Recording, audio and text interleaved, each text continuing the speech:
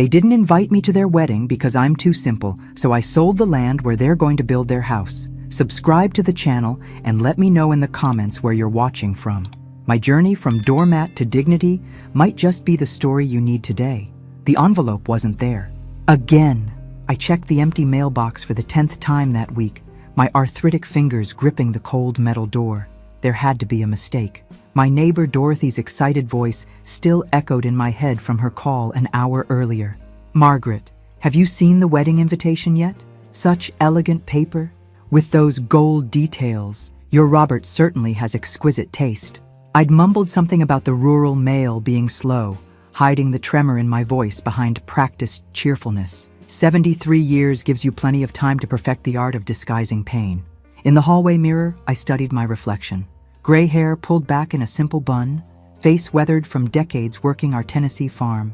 "Too simple," I whispered, echoing words I'd overheard Robert say during his last visit 6 months ago. Words not meant for my ears. My old pickup had been in the shop for weeks, another reminder of things falling apart. The bus schedule showed one leaving for Nashville in 30 minutes. I grabbed my purse, the good one John had given me for our 40th anniversary before the cancer took him, and headed out.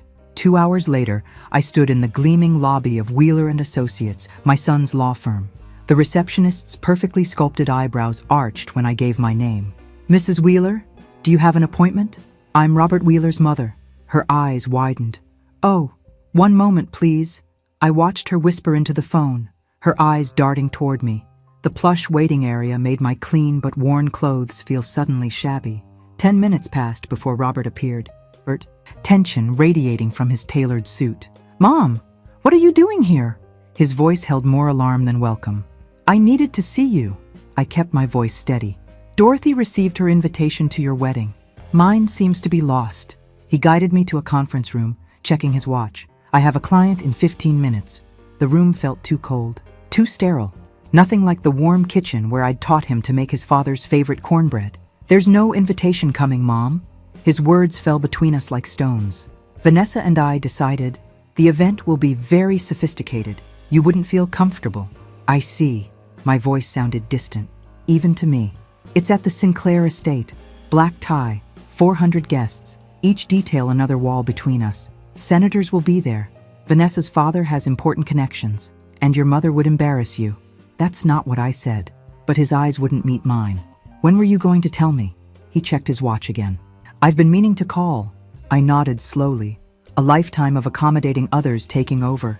Then he added, almost casually, "We're finalizing plans for the property in Nashville, breaking ground next month for our new home." The property, our family land, purchased with my inheritance, land that legally still belonged to me. Something shifted inside me, a quiet awakening. I thought of John, of promises made, of the daughter-in-law I'd never meet, of a wedding I wasn't worthy to attend. "The property isn't yours yet, Robert." My voice came out stronger than I expected. His phone buzzed. "I have to take this, Mom. We'll talk soon." "Okay?" As he rushed me toward the elevator, I caught my reflection in the polished doors. For a fleeting moment, I didn't recognize the woman staring back at me. She looked determined. The bus rumbled beneath me as Nashville's skyline receded.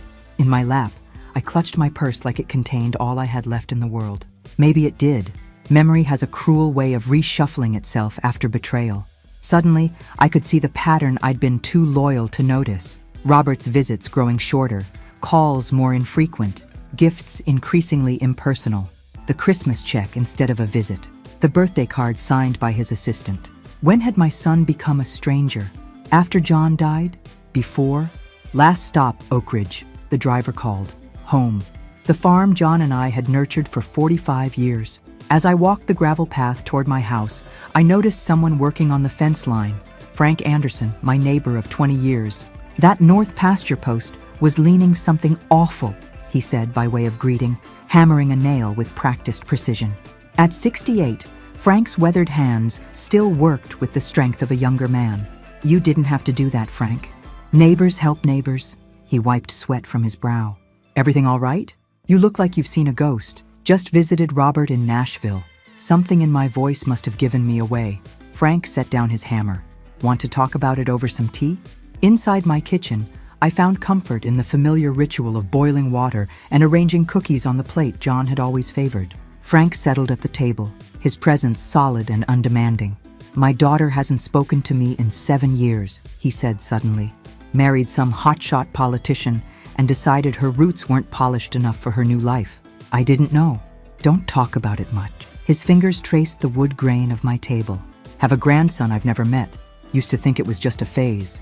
We sat in understanding silence, two people bound by similar wounds. "Robert's getting married," I finally said. "I found out from my neighbor who received an invitation. I won't be attending." Frank's eyes flashed with indignation. "That's not right. Apparently, I wouldn't be comfortable in such a sophisticated event." "Bull," Frank muttered. "What kind of man excludes his own mother?" His outrage on my behalf felt like a balm. For years, I'd made excuses for Robert's gradual distancing. He was busy, successful, building his life. Now, hearing my situation through Frank's ears, the rawness of it struck me anew. Later that evening, after Frank left, I found myself in the spare room where I stored John's things. Among his papers, a sealed envelope caught my eye, my name written in his familiar handwriting. With trembling fingers, I opened it. Inside was a birthday card, never delivered. John had died 3 days before my birthday 5 years ago. "Never forget your worth, Maggie," he'd written. "You built this life as much as I did. The Nashville property we bought with your family money is your legacy as much as mine. Don't let anyone tell you different, especially not our son." I clutched the card to my chest, feeling John's presence surround me. A tear slipped down my cheek, not of sorrow but of something else. Resolve, perhaps. Outside, darkness settled over the farm. Inside, something was waking up. The property tax notice arrived a week later, jarring me from my fog of hurt and confusion. I needed John's files. His office remained largely untouched since his death, a shrine of sorts, with his reading glasses still perched atop folders, as if he'd just stepped out. The metal filing cabinet in the corner had always been his domain. Now, it was my mission. Dust clouded the air as I pulled open drawers filled with farm records, equipment manuals, and tax returns. In the bottom drawer, a folder caught my eye. For Maggie, emergencies only.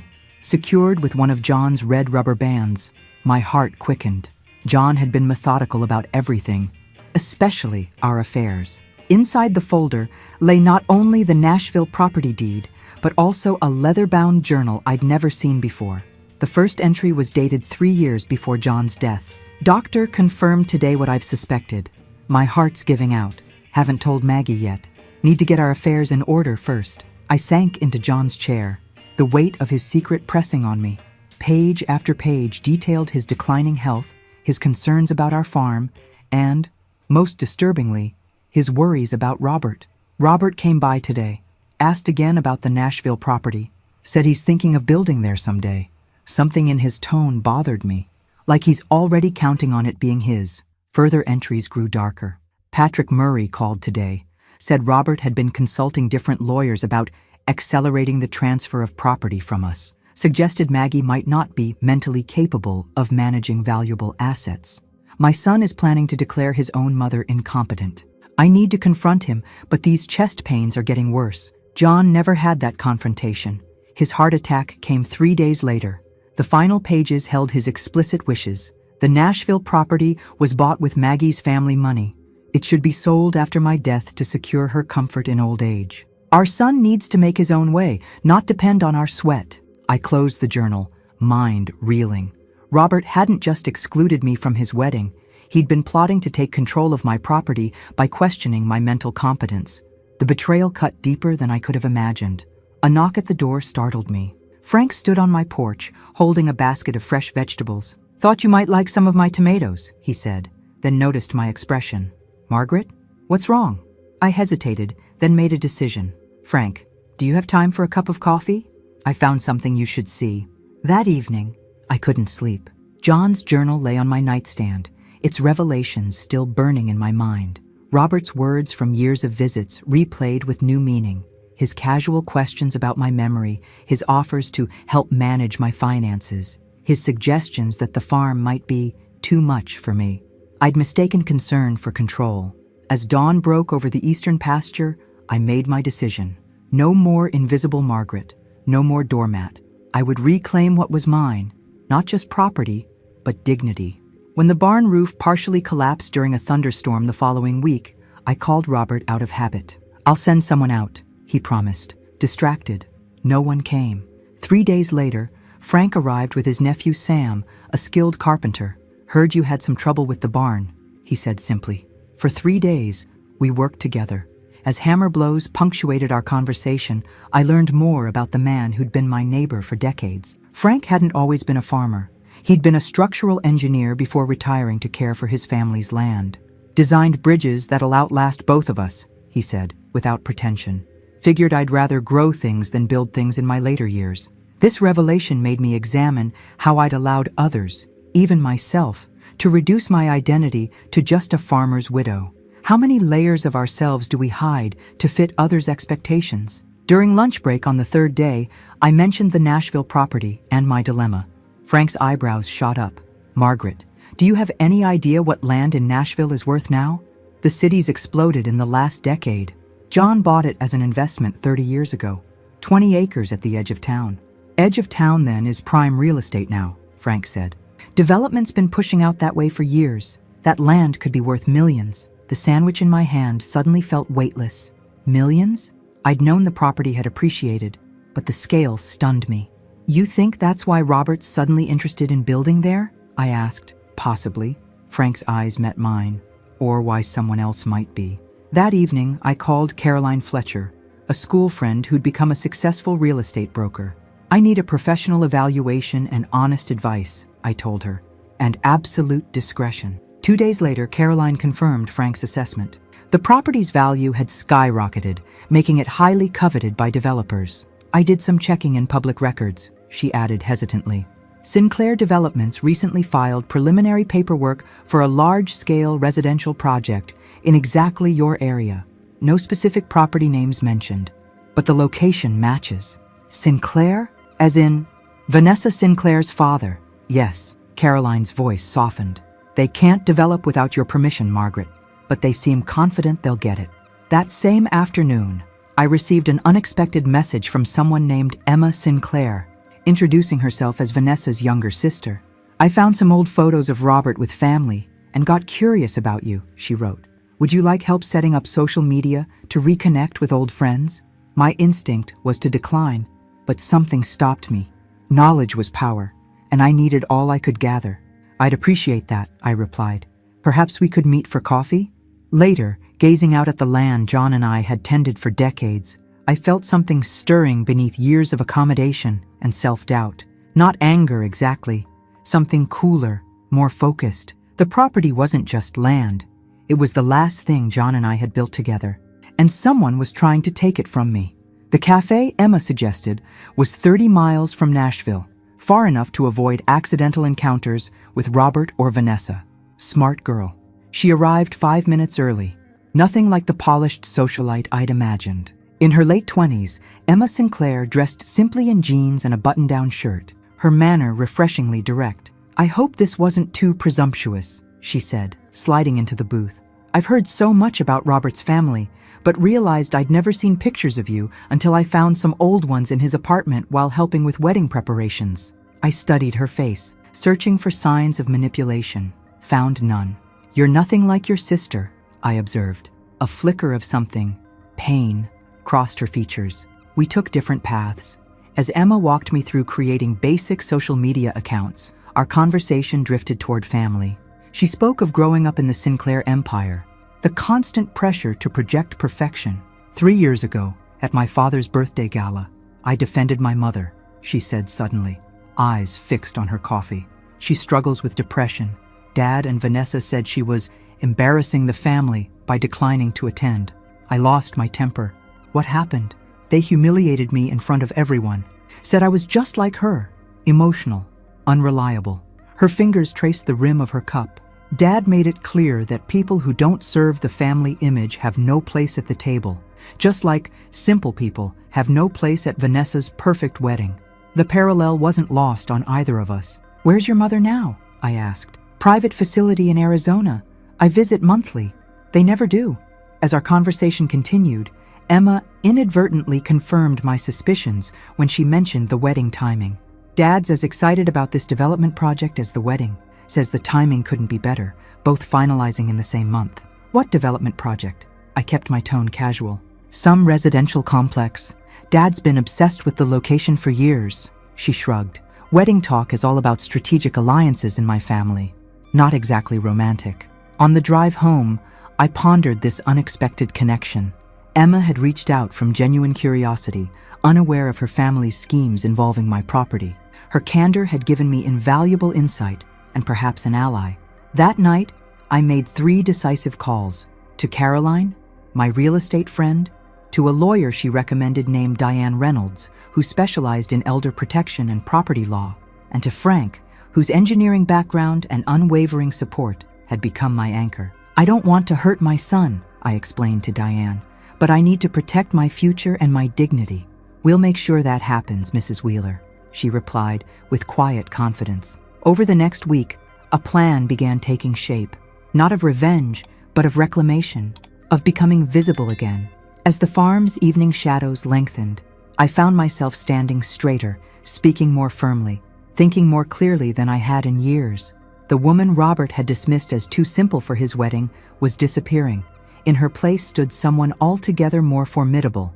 The transformation happened in deliberate stages over the next 2 months. First came the legal groundwork. Diane helped me document everything.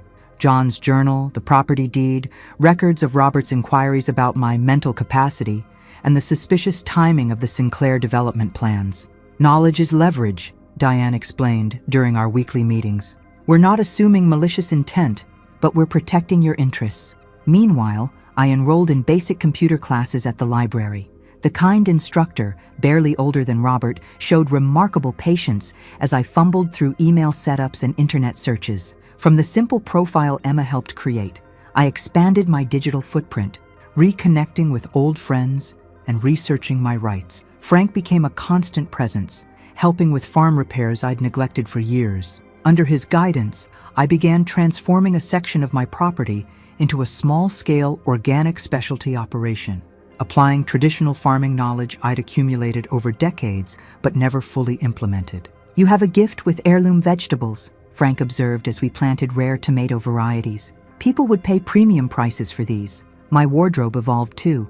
Nothing flashy, but I replaced worn house dresses with simple, well-fitting clothes that reflected the woman I was becoming. Emma and I continued meeting regularly at out-of-the-way cafes. Our friendship deepened as we recognized in each other the same struggle for authenticity in families that valued appearance over substance. During one visit to the farm, Emma revealed something concerning. I work part-time in Dad's administrative department, she explained. Yesterday, while organizing his digital calendar, I accidentally saw an email mentioning a meeting with lawyers about damage control if MW proves problematic. MW? Margaret Wheeler, I assume. Her expression was troubled. I shouldn't be telling you this, but it doesn't feel right. I told her about the medical evaluations Diane had recommended. Comprehensive assessments to document my mental competence before anyone could question it. Smart move, Emma said. I could check which doctors my father typically uses in these situations, so you can avoid them. During this period, Robert called twice, once demanding why I hadn't responded to emails about property documents sent to an account I rarely checked, and again informing me he was sending an appraiser to evaluate the Nashville property for insurance purposes. I've already had it professionally appraised, I replied calmly. The silence that followed spoke volumes. We need to discuss the property in person, Robert, I added, with my attorney present. Attorney? What attorney? His voice rose. Mom, what are you doing? Taking care of my affairs. Isn't that what you wanted? After hanging up, I sat in John's office, surrounded by his books and the life we'd built. The confrontation I'd avoided was coming, but for the first time since his funeral, I didn't feel alone facing it. That evening, Frank and I sat on my newly repaired porch, watching fireflies dance across the darkening fields. You're different, he observed quietly. How so? You take up more space now, like you remember how big you really are. His words settled over me like a blessing. Yes, I was remembering, and so was everyone else about to. Robert arrived unannounced the following Saturday, his luxury car looking comically out of place in my gravel driveway. He stormed onto the porch where I was enjoying morning coffee. "What's this about an attorney?" he demanded. "And an appraisal?" I gestured to the chair across from me. "Good morning to you too, son. Would you like some coffee?" His eyes darted to Frank, who was finishing repairs on my porch railing. The presence of a witness visibly tempered Robert's approach. "Mom, I'm concerned about you," he said, lowering his voice. "These sudden decisions, it's not like you." "On the contrary," I replied evenly. "I've been making decisions for this farm for 50 years. The only difference is I'm now making them for myself, not others." Frank excused himself tactfully, though I knew he remained within earshot. "Smart man. I know about the Sinclair development plans for my property, Robert." His expression flickered between surprise and calculation. "How did you—" He caught himself. "It's not what you think, Mom. It's just a small project that would benefit everyone. Valley Heights Residences doesn't sound small." The color drained from his face. "Who told you that name?" Before he could recover, tires crunched on gravel. A sleek black car pulled up, and Vanessa Sinclair emerged, her designer outfit as out of place on my farm as a peacock in a chicken coop. "Robert, you just left in the middle of our meeting," she scolded, then noticed me. "Oh, hello, Mrs. Wheeler." Her gaze swept over my farmhouse. "How rustic. It has a certain charm, I suppose." "It's home," I said simply. Vanessa's attention darted around impatiently. "Robert, we need to go. Your father needs those contracts finalized for Valley Heights before the wedding." I widened my eyes in feigned innocence. "Valley Heights? Is that what you're calling the project on my property?" The public records didn't mention a specific name. The look Vanessa shot Robert could have frozen hell itself. His answering glare revealed volumes about their relationship dynamic. "Mrs. Wheeler," Vanessa began in a condescending tone, "this development would actually benefit you tremendously. The property has been sitting unused for years, and it's still mine to decide what happens to it," I interrupted gently. Robert made one last attempt, his voice taking on the emotional manipulation I now recognized. "Mom, you always said this property would be my inheritance. I'm just trying to build our future." I met his gaze steadily. "Inheritance comes after death, Robert. I'm still very much alive." As they drove away, their heated argument visible even through tinted windows, Frank returned to the porch. "You handled that well," he said, admiration in his voice. "It's just beginning," I replied, watching dust settle in their wake. "But for the first time, I'm not afraid of what comes next." Thomas Sinclair arrived 3 days later in a chauffeur-driven car that probably cost more than my entire farm. Tall, immaculately dressed, with Vanessa's calculating eyes and a practiced smile, he embodied wealth and influence. "Mrs. Wheeler," he said, extending his hand, "I've been looking forward to meeting my future daughter-in-law's mother." "Have you?" I kept my tone pleasant. "Interesting, since I wasn't invited to the wedding." His smile didn't waver. "A regrettable miscommunication. May I come in?" Inside, Thomas declined my offer of coffee, instead producing a leather portfolio. "I understand there's been some confusion about the Nashville property development." "No confusion. It's my property, and I haven't agreed to any development." He chuckled, as if I'd said something charmingly naive. "Of course, but I believe once you see our proposal, you'll understand what an opportunity this represents." The portfolio contained glossy renderings of an upscale residential community. Valley Heights will be the premier address in Nashville. We're prepared to offer you a generous participation stake. "What percentage?" I asked. His eyebrows lifted slightly at my directness. 8% of net profits. For property worth millions? That's interesting math, Mr. Sinclair. His charm began slipping. "Mrs. Wheeler, development involves significant costs and risks, which is why developers normally pay fair market value upfront when purchasing land," I countered. "Not lowball percentages." Thomas's demeanor cooled. "I have significant influence in Tennessee business circles. Fighting this development would be emotionally taxing for someone your age." I smiled genuinely for the first time. "Mr. Sinclair, I've spent my entire life working this land. I know when someone's trying to plant rotten potatoes." After his stormy departure, Emma called in a panic. "I overheard Dad, Robert, and Vanessa discussing hiring a doctor to declare you mentally incompetent." My stomach tightened, but John's preparation and Diane's foresight had prepared me for this. "When?" "They're meeting Dr. Simmons tomorrow. Dad used him before with my grandmother." Emma's voice shook. "They did the same thing to her years ago, taking control of property she owned." History repeating itself. I murmured. It's worse. My grandfather did the same to Dad, using him to expand the business and then discarding his dreams. The pain in Emma's voice was raw. It's a family pattern I can't bear watching again. I immediately called Diane, who accelerated our timeline for medical evaluations. It will take a few weeks to get all the specialists to see you, but we'll document everything thoroughly.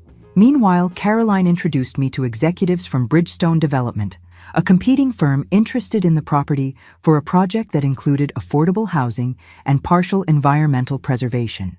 We're not rushing decisions, I told them, but I appreciate understanding all my options. That night, I sat with Frank on the porch, sharing everything I'd learned. They won't stop, he warned gently. Men like Thomas Sinclair don't lose gracefully. Neither do farmers' widows, I replied, taking his weathered hand in mine, especially ones who are remembering who they really are. His fingers tightened around mine, and in that quiet moment, another transformation began, one I hadn't anticipated, but welcomed with a heart opening to possibilities I'd thought long past. With only 5 weeks until the wedding, my strategy unfolded with precision. First, Diane sent formal notifications to Robert and Sinclair Developments stating that no negotiations regarding the property would occur before a complete review of all options, a process that would likely extend beyond the wedding date. Caroline simultaneously initiated preliminary discussions with Bridgestone Development, making it clear I was exploring multiple options without commitment. At home, my transformation continued. I updated my hairstyle. Nothing dramatic, just fresher, more flattering. With Frank's expertise, we expanded the organic farming operation, focusing on heirloom vegetables and specialty crops that commanded premium prices at farmers' markets. Emma, using her administrative position at her father's company, kept me informed of Thomas's movements. During one farm visit, she revealed something disturbing. While organizing Dad's digital calendar, part of my job, I accidentally saw an email about a meeting with lawyers discussing containment strategies if MW proves difficult. Her voice trembled.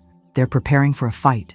This confirmed my suspicions about their true intentions. When I told Emma about my ongoing medical evaluations, she offered invaluable insight.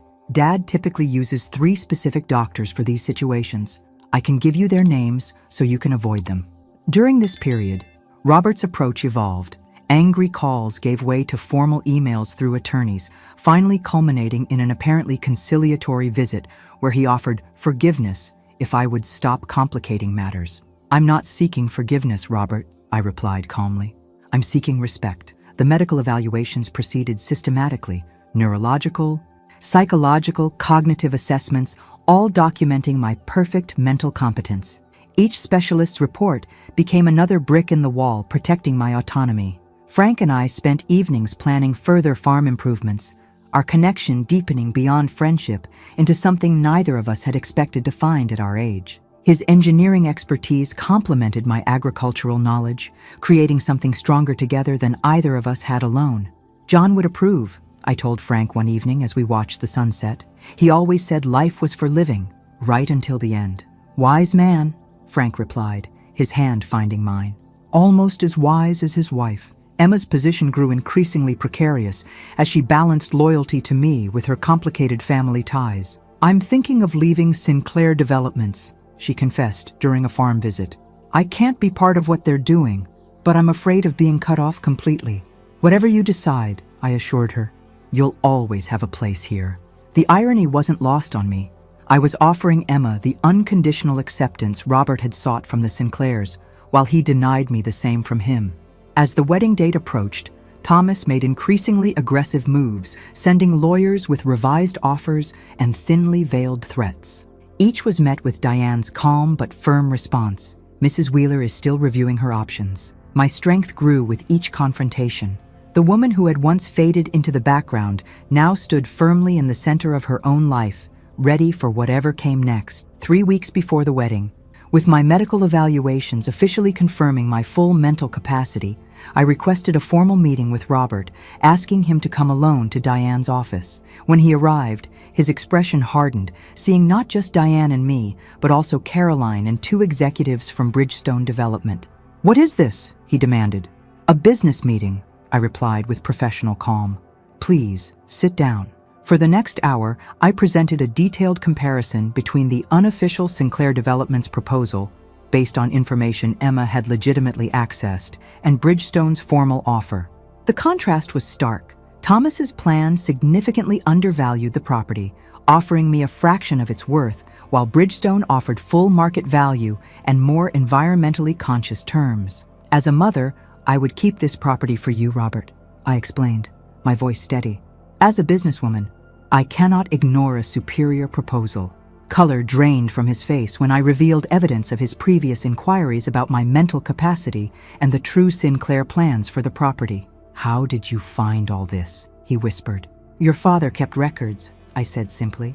And I made new friends. Robert's eyes darted between the documents, his carefully constructed plan crumbling. What hurts most, I continued, isn't that you wanted the property, but that you didn't consider me worthy of knowing the truth, of being included in your life, or even in your wedding.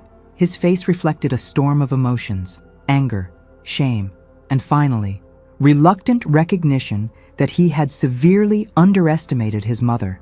The Sinclairs aren't who you think they are, I added gently. You don't know them, he countered, but without conviction. I know Thomas offered me 8% of a development on land I own outright. What does that tell you about his business ethics? Something flickered in Robert's eyes. Doubt. Before he left, I handed him a small box containing John's wedding ring. Your father wanted you to have this when you found true love, I said quietly. I still hope one day you will. After Robert departed, the Bridgestone executives excused themselves, leaving me with Diane and Caroline. He'll fight this, Diane warned.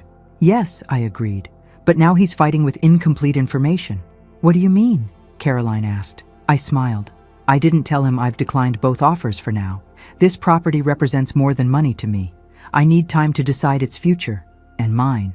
That evening, I called Emma to thank her for her help. Her voice sounded strained. Dad's furious about the meeting, she confessed. He's pressuring Robert to contest everything legally, threatening to withdraw financial support for the wedding. Are you all right? I asked, concerned for her position. I made a decision, she said firmly. I'm leaving Sinclair Developments. I can't be part of this anymore. As I hung up, I felt both pride in Emma's courage and sorrow for what Robert couldn't see, that he was sacrificing authentic relationships for a world built on manipulation and control. Frank found me on the porch, staring at the stars John and I used to name together.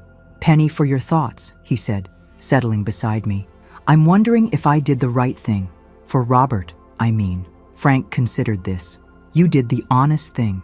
Sometimes that's the only right there is. As darkness wrapped around us, my phone rang. Robert's name illuminated the screen. They were using me all along, weren't they? His voice sounded broken, vulnerable in a way I hadn't heard since he was a child. I think it's time we really talked, son, I said gently. Not as adversaries, but as family. Rain pounded against my kitchen windows the morning Robert returned, not in his luxury car but in a rental, soaked and carrying only one suitcase. The wedding's off, he said simply, water dripping onto my freshly mopped floor. I handed him a towel without comment, putting on coffee as he slumped at the kitchen table where he'd done homework as a boy. Emma showed me documents she found, he continued, voice hollow, about how they were structuring the development. They were planning to funnel most profits through an offshore subsidiary company, one I wouldn't have been part of. I set a steaming mug before him, remembering how he'd always taken it. One sugar, splash of milk. When I confronted them, Vanessa didn't even deny it. She said the marriage was more a corporate alliance than a romance anyway. His hands trembled slightly. How did I not see what was right in front of me? We see what we want to, I said gently. I did the same with you for years. His eyes met mine, recognition dawning. Nishan, I was awful to you. You were lost, I corrected. There's a difference. We talked for hours, really talked, perhaps for the first time since John died. Robert revealed the pressure he'd felt to succeed, to prove himself worthy of the Sinclair world, how he'd gradually lost himself in pursuit of external validation. I have savings, he said, answering my unasked question about his future. I've been living modestly, saving for the dream house. Ironic, right? In the weeks that followed, our relationship entered unfamiliar territory, honest but fragile, the trust between us requiring careful rebuilding. Robert rented an apartment in the nearby town and began restructuring his legal career independent of Sinclair influence. Thomas attempted to sue both of us for business sabotage, but Diane's meticulous documentation and Emma's evidence resulted in a quick withdrawal when it became clear a public lawsuit would only expose questionable Sinclair business practices. Emma, having finally resigned from her father's company and cut financial ties with her family, accepted my offer to help manage the foundation I was establishing with part of the property proceeds, a scholarship program for young people studying sustainable agriculture. One evening, as Robert helped Frank and me with harvest preparations, he paused, looking out over the land. "I was so busy chasing what I thought I wanted," he said quietly, "that I never saw the value of what was already mine." Frank nodded sagely. "Most expensive education there is, learning that lesson." Robert's smile was tinged with sadness. "At least I learned it before it was too late." That night, after Robert left, I sat with Frank on the porch swing he'd built, his arm comfortably around my shoulders. "Diane called," I told him. "The Bridgestone contract is ready whenever I am." "And are you?" he asked. "Ready?" I considered this, watching fireflies emerge in the twilight. "Yes, but with modifications." "What kind?" "I want part of the proceeds to restore this farm completely, make it a model of sustainable agriculture, another portion for the foundation, and a trust for Robert with conditions, education for any children he might have, medical emergencies, or starting his own practice, never for speculation or Sinclair projects." Frank's eyes crinkled. "Protecting the future while honoring the past. John would be proud." "There's one more condition," I added, turning to face him. "I'd like a partner in this venture, someone with engineering expertise and a good heart." His weathered hand found mine. "Reckon I might know someone who fits that description." As stars appeared above our heads, I felt John's presence, not as a ghost, but as the foundation that had made this new chapter possible. 6 months later, the farm bustled with activity I couldn't have imagined when I sat alone in my empty kitchen, devastated by a missing wedding invitation. Our organic operation had expanded, employing 4 local workers and gaining regional recognition for sustainable methods. The foundation had awarded its first scholarships to 3 promising students. The Nashville property transaction had closed, with terms far more favorable than anything the Sinclairs had proposed. Frank had become more than a friend and business partner. He was the unexpected second chance I never thought I'd find. His practical knowledge complemented mine, his quiet strength a different kind, but equally valuable as John's had been. Robert, working remotely as a legal consultant for small farmers and rural businesses, had found purpose that aligned his professional skills with more authentic values. His weekly visits became a highlight rather than a source of anxiety. On a gentle spring afternoon, Emma helped me with the foundation's accounting while we waited for our usual family dinner. Robert arrived, uncharacteristically nervous. "I've invited someone," he said. "I hope that's okay." Her name was Claire, a local teacher Robert had met while volunteering at the community school.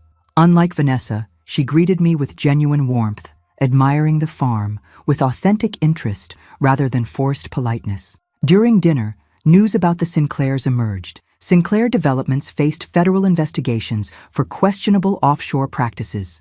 Vanessa had relocated to Europe, publicly distancing herself from her father's business to protect her own reputation. As I observed the table, Robert animatedly discussing a case with Claire, Emma laughing with Frank about some shared memory, the vibrant farm surrounding us, a profound peace settled over me. The betrayal that had nearly broken me had instead forced me to rebuild myself stronger, truer to the woman I'd always been beneath years of accommodation and invisibility. "Mom," Robert said, interrupting my thoughts, "I've been meaning to ask, how did you know? About the Sinclairs? About what would happen?" I smiled, thinking of John's journal, of Emma's courage, of Frank's steadfastness. "I remembered my worth," I said simply. Everything else followed from that. Later, after our guests departed, Frank and I walked the perimeter of the farm in the fading light, planning next season's expansion. "You know what I love about this land?" he mused. "It doesn't hold grudges. You can plant something new every season. People can be the same way," I replied, thinking of Robert's gradual return to himself, of Emma's fresh start, of my own late-blooming courage. The farm that John and I had cultivated for decades continued nurturing new generations, not as a commodity to be sold, but as a legacy of integrity, honest work, and authentic love. As dusk settled over fields that had witnessed both my deepest pain and unexpected joy, I remembered John's words from his journal. "Never forget your worth, Maggie." Finally, I hadn't, and neither had anyone else. Thanks for listening. Don't forget to subscribe and feel free to share your story in the comments. Your voice matters.